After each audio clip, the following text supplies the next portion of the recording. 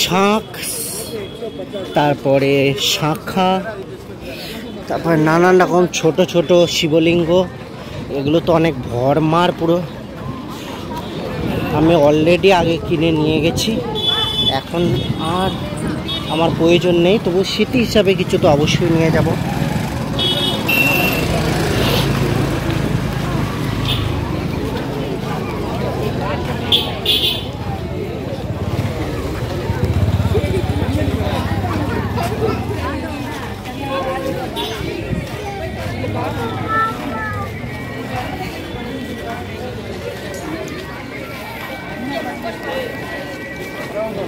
সমুদ্রের ঘাটে এলাম।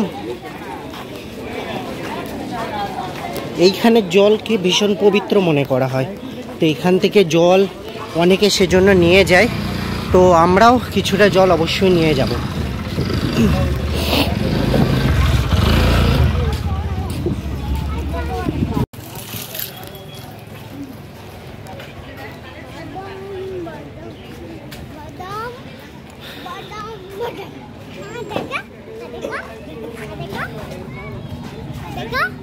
হ্যাঁ, তুমি কিছু বলবে? বলো।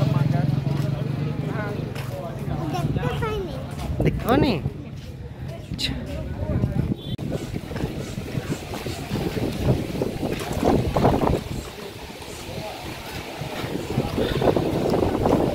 आचार्य सद्गुरु स्वामी जी महाराज अग्नि तीर्थम সমুদ্র। অসাধারণ সুন্দর এই দৃশ্য, অসাধারণ অসাধারণ।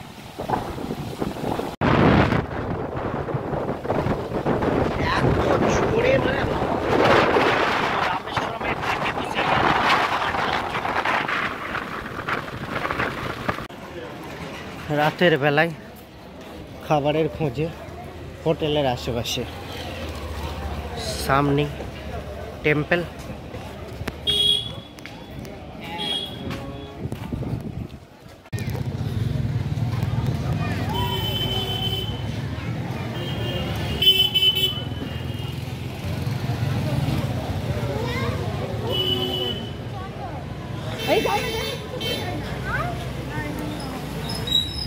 রাতের বেলায় এখন খাবার পথে, তো গিয়ে হোটেল খোঁজা যাক। এই দুটো ঠাকুরের ছবি নিলাম, দুটো ছবিতে 50 টাকা নিল, 25 টাকা করে 50 টাকা। তাছাড়াও একটা এই শঙ্খর একটা গোচ্ছা নিলাম, মানে চাবির রিং, তো এটার দামও হচ্ছে 5টা 6টা আছে না 7-8টা আছে, 10টা আছে, তো এটার দামও 50 টাকা। সকালবেলায় মন্দিরে পুজো দিতে বেরিয়ে পড়লাম। রাস্তাঘাটে মোটামুটি ভিড়, অতিরিক্ত মানে ভিড় আছে, মানে সবাই প্রায় আজকে ফিরছে। আর কাল পরশু করে তো অতিরিক্ত ভিড় ছিল, সব ভিড় কমে গেছে, আজকে সামান্য কিছু ভিড় আছে, কারণ দিয়ালি টিয়ালি গেছে তো। এটি হচ্ছে মন্দিরের ভেতর এরিয়া, দেখতেই পাচ্ছ কতটা সুন্দর, কতটা অসাধারণ, কতটা সুন্দর কারিগরি এর মধ্যে।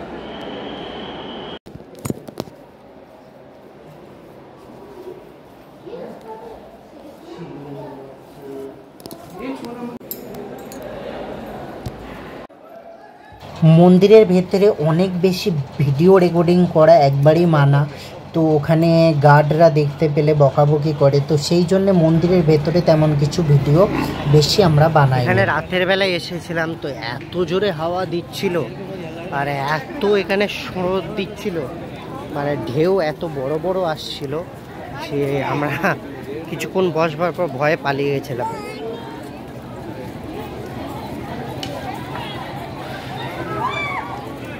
তো ড্রাম নিয়েছি, এটা 30 টাকা নিল, মানে ড্রামে করে কিছুটা জল এখান থেকে নিয়ে যাব।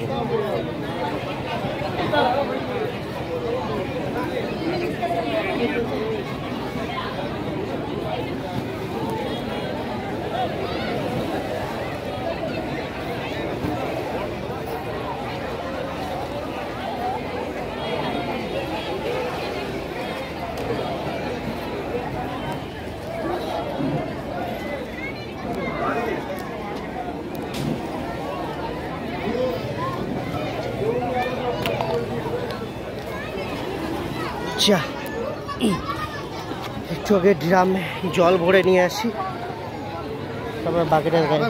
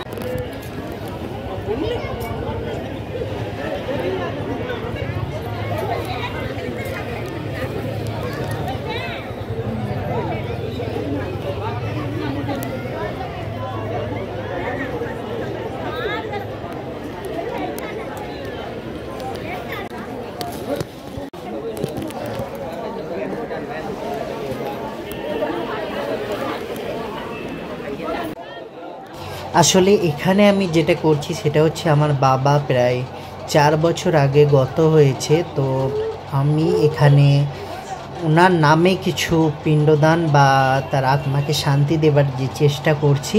তো এখানে এই পুরোহিতগুলো বসে থাকে, নর্মালভাবে কোনো কাজ করালে এরা 500 টাকা করে নেয়, বা আরেকটু বড় করেও করতে পারে তারা 800-900 টাকা দেয়। কিন্তু আমার কাছে সময়ের খুব অভাব ছিল, কোথাও যাবার ছিল, তো ধনুষকোটি যাবার ছিল, অতিরিক্ত গরম হিট বাড়ছিল, তো তার কারণে আমি কি করি যে এখানেই আমি 500 টাকা দিয়ে যে কাজটা আর ওর মধ্যে কিছু জিনিসপত্র নিয়ে প্রায় 800-900 টাকা এটা খরচ হলেই কাজটা করি।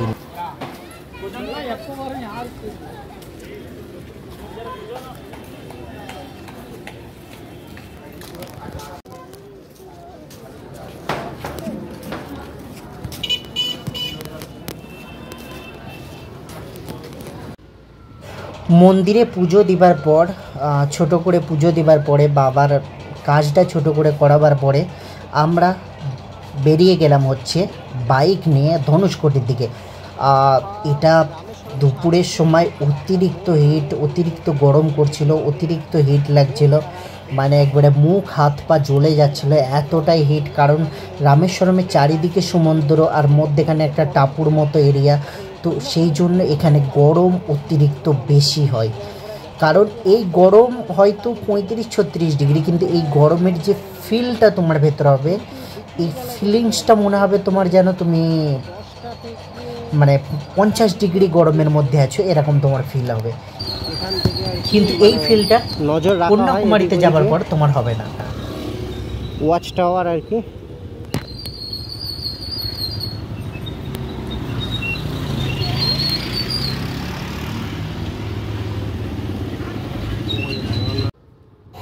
এগুলো হচ্ছে রামেশ্বরমের মানে শহরের ভেতর যে এরিয়াগুলো আছে, কলোনিগুলো আছে, তার ভেতর যে গলিগালাগুলো আছে সেইগুলো।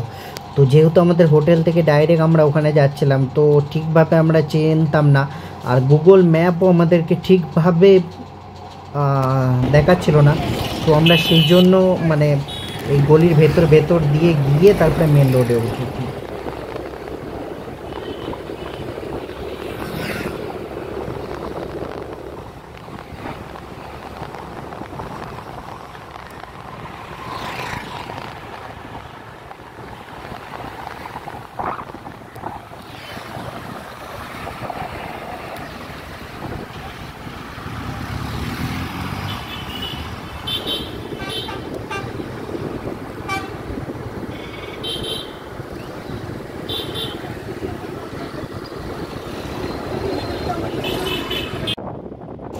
এত তীব্র হিট, এত তীব্র গরম যে কি বলবো, মানে লাগাতার তোমার ঘাম হয়েই যাবে, ঘাম হয়েই যাবে, ঘাম হয়েই যাবে।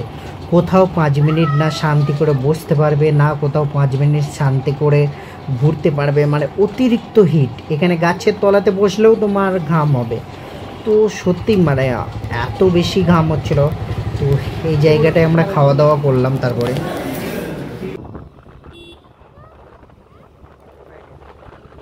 কেউ যদি রামেশ্বরম ঘুরবার প্ল্যান করো না, তো অবশ্যই করবে হচ্ছে নভেম্বর ডিসেম্বর মাসে, মানে নভেম্বরের শেষে আর ডিসেম্বরের শুরুতে, বা ডিসেম্বর জানুয়ারিতেও করতে পারো।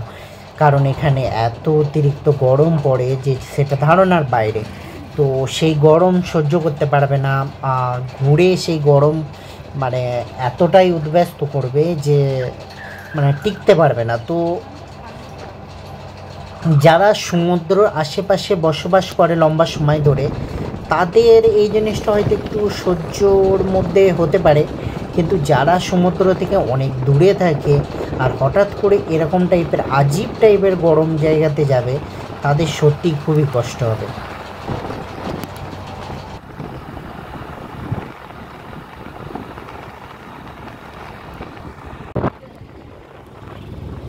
না, মাকে দিয়ে দাও।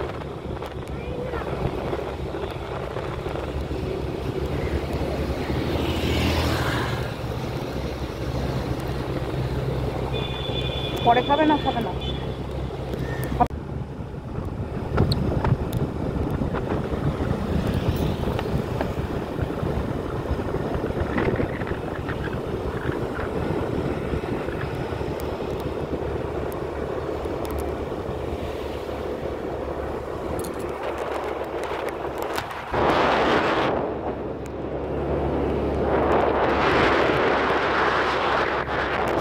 রামেশ্বরমের খাওয়া দাওয়া ম্যাক্সিমাম বাঙালি খাবার তো কোথাও পাবে না, তবে যা তামিল খাবার আছে বা ফ্রাইড রাইস এটা ওটা পেয়ে যেতে পারো। সব কিছু ওই 100-150 টাকার মধ্যে পাবে। তো খাবার দাবার না সস্তা না খুব বেশি দামি, তো দুটোর মধ্যেখানে বাস মিডিয়াম বলতে পারো এরকম খাবারের দাম। রুম ভাড়া হচ্ছে এখানে 900 থেকে 1300 টাকার মধ্যে বেশ ভালো রকমের রুম পেয়ে যাবে। এসি হলে একটু বেশি লাগবে। এসি হলে আমি বলবো যদি বেশি মেম্বার থাকো তো 4 জন করে একটা করে এসি ঘর নিয়ে নিতে পারো, এতে তোমাদের লাভও হবে আর যে এই তীব্র গরম এটাও কম সহ্য করতে হবে। তবে রাত্রির বেলায় কিন্তু রামেশ্বরমে অতটা গরম লাগে না, যে গরমটা তোমার দিনের বেলায় লাগে। আমরা আমাদের যাত্রা শুরু করেছিলাম প্রায় পলাচি পালাকাট রোড থেকে। পলাচি পালাকাট রোড থেকে এখন আমরা প্রায় ধনুষকোটির কাছাকাছি। তো এই যাত্রাপথ আমাদের টোটাল ছিল প্রায় 420 কিলোমিটার মতো। এখনও পর্যন্ত আমরা মানে পৌঁছাচ্ছি হচ্ছে ধনুষকোটিতে, এখন আমরা ফিরিনি। তো 420 কিলোমিটার মতো আমাদের গাড়ি চালানো অলরেডি হয়ে গেছে। কারণ রামেশ্বরম থেকে তোমার ধনুষকোটি যেতে প্রায় 27 থেকে 28 কিলোমিটার পথ আরও অতিক্রম করতে হয়। যে পথটার দুদিকটাই এরকম ফাঁকা ফাঁকা জঙ্গল প্রথমে, তারপরে পড়বে হচ্ছে দুদিকে সমুদ্র, মধ্যেখান দিয়ে রাস্তা, অসাধারণ সেই দৃশ্য।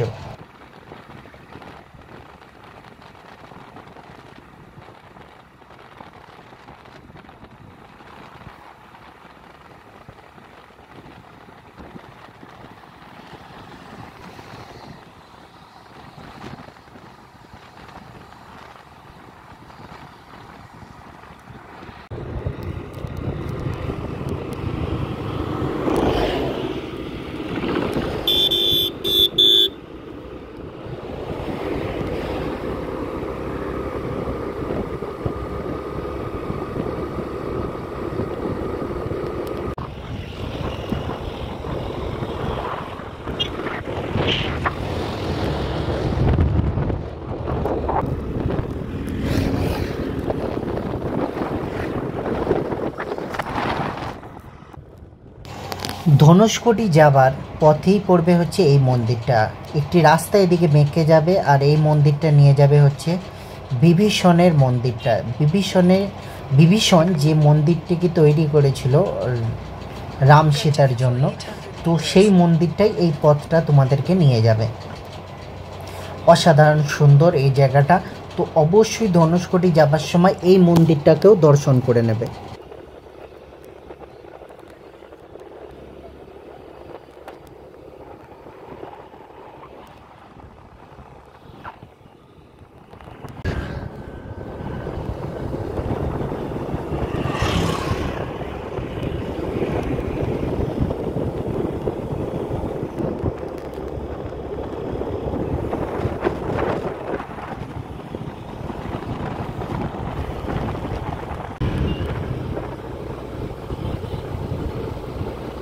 In 200 meters, turn right.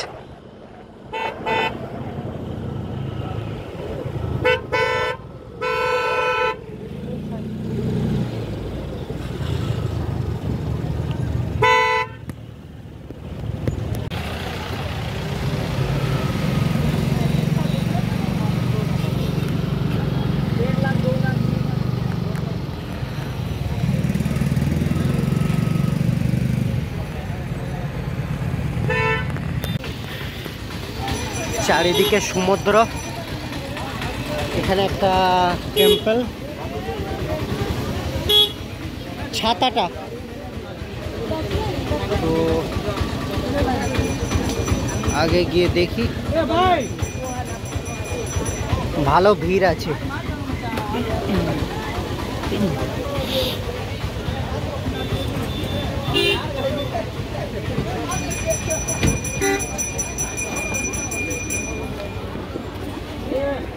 पीछे बोलो। ছোট দোকানদার।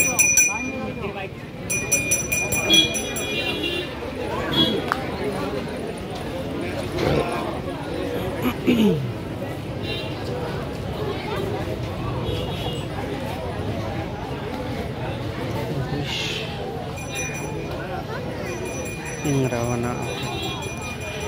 এই মন্দিরটার ইতিহাস অনেকটা এরকম। This holy place where Lord রামা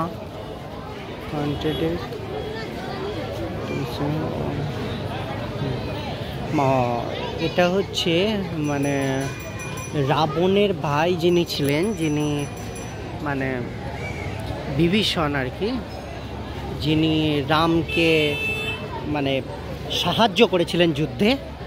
তো উনার এই মানে মন্দির মানে উনি তৈরি করেছিলেন বা ওনার জন্য তৈরি করা হয়েছিল। মানে তখন এটা ছোটোখাটো কিছু শিলা টাইপের ছিল, পরবর্তীকালে এটাকে ডেভেলপ করে এরকম সুন্দর পাড়া করা হয়। এই চারিদিকে সমুদ্র, এইখানটায় জায়গাটা খুব সুন্দর। রোদে বেরোলে ভীষণ গরম করছে, বাকি ছাওয়াতে তো Make a U-turn, then turn. অনেকজনার মাথায় বেশ কিছু প্রশ্ন থাকে রামেশ্বরমকে নিয়ে, যে রামেশ্বরমে কি সেই পথটা দেখা যায় যেখানে মানে যে পথটাকে রাম তৈরি করেছিল শ্রীলঙ্কা যাবার জন্য, সেই পথটা কি দেখা যায়, সেই পাথরগুলোকে কি দেখা যায়? তো এই কথাটার অর্থ হচ্ছে যে রাম সেতুটাকে তৈরি করা হয়েছিল সেটাকে কি দেখা যায়? তো আমি বলবো না। এর পেছনে কারণ হচ্ছে যে রাম সেতুর যে এরিয়াটা ছিল সেটা যখন পরবর্তীকালে এখানে সুনামি আসে তাতে সেটা বেশ কিছুটা ডিস্ট্রয় হয়ে যায়। ডিস্ট্রয় হয়ে যাবার কারণে কি হয় যে আমাদের সাইডে শ্রীলঙ্কার সাইডে তবুও কিছুটা বা বলতে পারো যে আমাদের এরিয়াটা পার করে প্রায় সব এরিয়াটাই ওখানে বোঝা যায় বা দেখা যায় বা ওখানে নামা যায়, কিন্তু আমাদের এরিয়া থেকে সেটা নামা যায় না। তবে হ্যাঁ, তুমি যেতে পারো, তার জন্য একটা আলাদা খরচা হবে, আলাদা একটা মানে পারমিট নিতে হয় বা নেভির পারমিট নিতে হয়, তারপরে ওখানে যেতে পারো। না হলে কিন্তু শ্রীলঙ্কার তরফ থেকে যে গার্ডরা থাকে তারা কিন্তু অ্যারেস্ট করে নেবে। তবে হ্যাঁ, ওই পাথরটা দেখতে পারো, মানে ওই পাথরগুলো দেখতে পারো যেগুলো জলে ভাসে, ওটা সীতাকুণ্ডেও তুমি গিয়ে দেখতে পারো বা মন্দিরের ভেতরেও ওই পাথরটা আছে সেটাও দেখতে পারো, বা আরও দু জায়গায় আছে কিন্তু আমি ঠিক জানি না সেই জায়গাগুলোর নাম কোথায়। সীতাকুণ্ড বা রামেশ্বরমের যে টেম্পল তার ভেতর আছে, এই দুটো জায়গা আমি জানি, কিন্তু আরও 2 জায়গায় আছে শুনেছি, কিন্তু সেটা ঠিক কোথায় আছে আমি ঠিক জানি না। আর যেহেতু আমরা দিওয়ালির সময় গেছিলাম, তো এখানে অতিরিক্ত ভিড় ছিল সব জায়গায়, মানে এত বেশি ট্রাফিক জ্যাম ছিল যে আমাদের পক্ষে যাওয়া সম্ভব হয়নি, আর অতিরিক্ত হিট পড়ছিল তার কারণে। এই যে 2 জায়গায় দেখতে পাচ্ছ, এই 2 জায়গায় বলছি 2 সাইডে দেখতে পাচ্ছ হোটেলগুলো, যেগুলো তাল পাতা দিয়ে তৈরি করা আছে। এই হোটেলগুলোতে পাওয়া যায় হচ্ছে খাবার, যেখানে পাওয়া যায় হচ্ছে সাদা ভাত, আর পাওয়া যায় হচ্ছে লাল টকটকে করে ভাজা মাছ। তো জানি না সেই মাছগুলোতে কালার দেওয়া থাকে কিনা, তো আমরা তো এখানে খাইনি, তাই বলতে পারবো না এখানে খাবারের স্বাদ কেমন। তো যাই হোক, ভগবান শ্রীরামের জায়গা ধনুষকোটি যাচ্ছ, নাই বা খেলে মাছ ভাত, নাই বা খেলে অন্য কিছু আঁশপন্ন কোনো জিনিস, তো গিয়ে আগে দর্শনগুলো করে নাও, তারপরে খাবে মাছ ভাত। আর মার্কেটের ভেতর গিয়েই খাবে, কারণ আমি ঠিক জানি না যে এখানে তাতে কালার ব্যবহার করা হয় কিনা, কারণ আমি কখনো দীঘা যাইনি, তবে শুনেছি দীঘায় নাকি খাবারে অতিরিক্ত পরিমাণে কালার মেশানো হয়, তারপরে এমন বেশ কিছু ক্যাঁকড়া খাইয়ে দেওয়া হয় যেগুলো শরীরের জন্য খুবই ক্ষতিকারক, বা অনেক মানুষের মৃত্যু হতেও আমি শুনেছি। কারণ আমি দেখেছি নিউজে যে দীঘাতে খাবার খাবার পরে তাদের মৃত্যু ঘটেছে। তো সেরকম কোনো কিছু দুর্ঘটনা এড়াতেই সব সময় নিজের খেয়াল রাখো। তো যেখানেই খাবার খাও না কেন, সেই খাবারকে অবশ্যই যাচাই করে নেবে। অতিরিক্ত লাল টকটকে, অতিরিক্ত মশলাদার খাবার দরকার নেই।